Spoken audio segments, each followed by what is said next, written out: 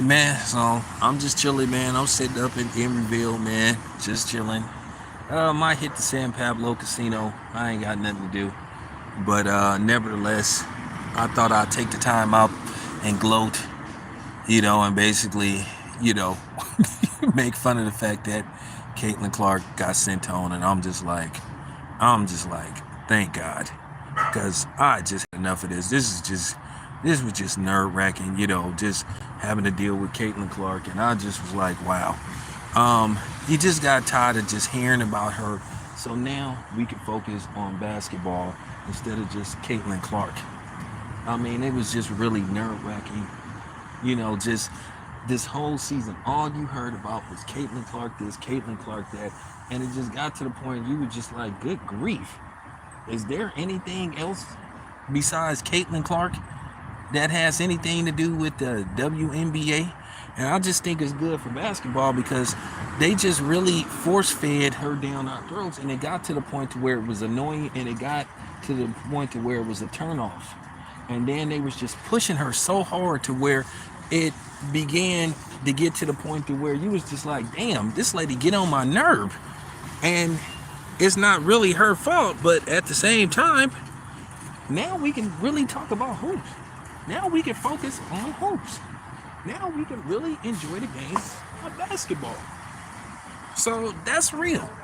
I'm enjoying every moment of it now. So now we can focus on Asia Wilson and the Aces and focus on everybody else, the other teams that's playing. Because it just became not an eyesore, it became an ear sore. It was just like my ears were starting to bleed, hearing how everybody was just constantly just praising Caitlyn Clark, and then anytime something happened, they was making it look like it was cardinal sin. So I'm glad that finally she's gone.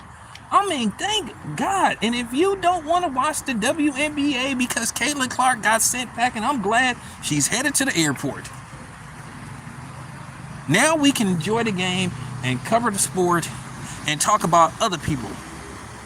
And talk about the person that's still playing in the playoffs, the best person in the league, which is Asia Wilson, who can do it all. And it was really an argument and a question about whether Caitlyn Clark was even the best person on her team. I don't even think she was the best person or the best player on her team.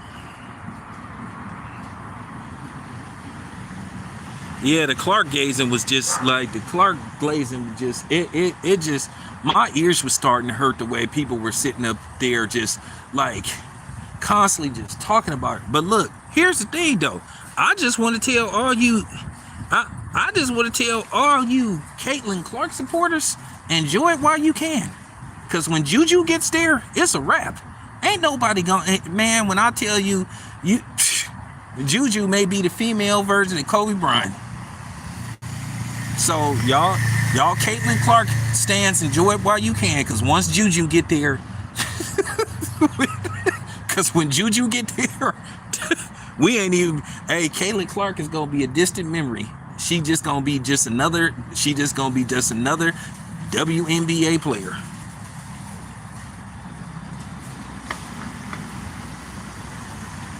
Oh, we all waiting for JuJu.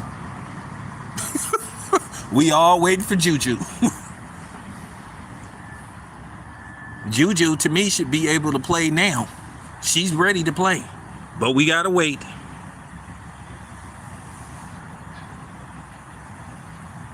Oh, when JuJu get there, listen. When JuJu get there, it's a wrap. I hope my Golden State Valkyries draft her. I hope the Valkyries draft JuJu. I hope they get put in a position. I hope the Valkyries stink it up, and I hope they can draft JuJu number 1, because JuJu is gonna be the number 1 overall pick.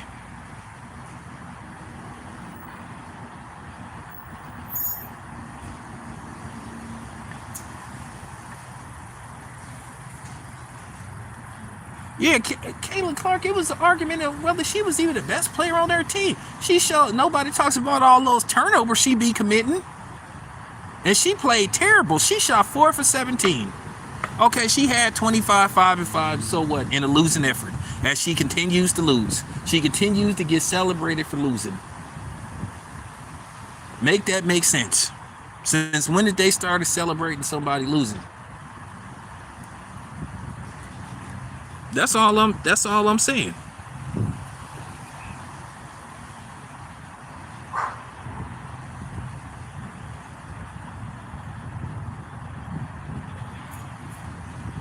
Oh, Torian, you know I was gonna go live gloating. Man, I got more coming. This is just the beginning, because now you know what, Torian, now we can breathe. Now Caitlyn Clark has been sent home. Now we can actually watch basketball. Now we can actually join everybody and trying to watch and celebrate the WNBA. And the league shouldn't be built around one person who is a rookie who ain't won nothing in her life. The losing continues. The losing continues. So that's what's so funny about it.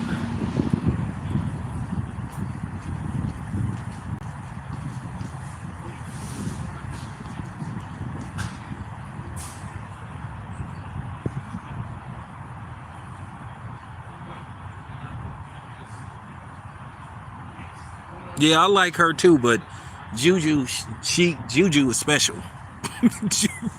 JuJu is special.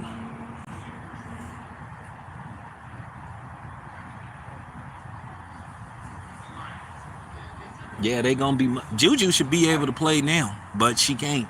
They have an age requirement. They have an age requirement for the WNBA, but she is ready to play now. And like I said, when she's eligible for the draft, it's gonna be a wrap. Cause like I said, JuJu is like 6'2" or something, and she practicing on her dunking. Let me tell you something. If JuJu dunk on Caitlyn Clark in a game, oh, it's gonna be a wrap. Of course, JuJu gonna get her death threats and stuff, just like, you know, Dejanay Carrington been getting called the N-word and stuff. People are just. I went on her ex, and you know, people was calling her, you know, a dirty player, saying she should be, you know, suspended and all this kind of stuff. Like, Caitlyn Clark fans are not really basketball fans. They're white supremacists. That's pretty much what most of them are. They don't even understand how the game of basketball is played. And that's just real talk. They don't even understand how the game is played. I mean, like, come on. In basketball, it's going to be some contact.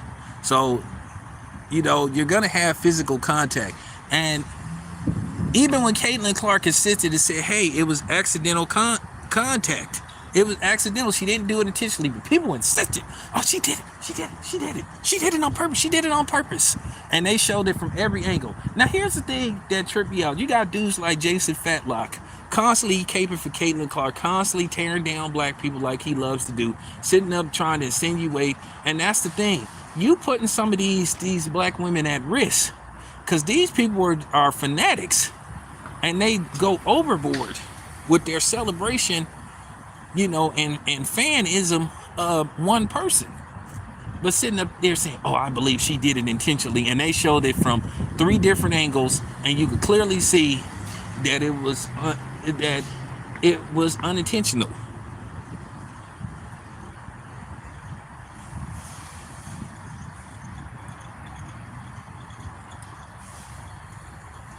You know? And then it just turned into World War III. You gotta be kidding me. I'm just like, golly, every time something happens with this girl, it just turned into, like, you just gotta be kidding me. It's just crazy. So, you know, there you have it. But, oh yeah, appreciate it. Now, Jason Whitlock was the same dude that was talking about, oh, people need to quit crying and claiming bloody murder every time they get touched, but then he's doing the same thing for her. I mean, the hypocrisy that oozes out the glistening, you know, and the gluttony with Jason Whitlock. That dude, I'm telling you, he wakes up in the morning. He has his Sambo notepad on like how deep I can dive into cooning. I'm telling you, he got a book coming out called Cooning is Fun. He is the only nigga I know that got membership to, I mean, this nigga got membership to the Golden Corral and they don't even offer membership. This the only nigga I know, when he go to Costco, he buy out the whole store for a year. So, I mean, good grief.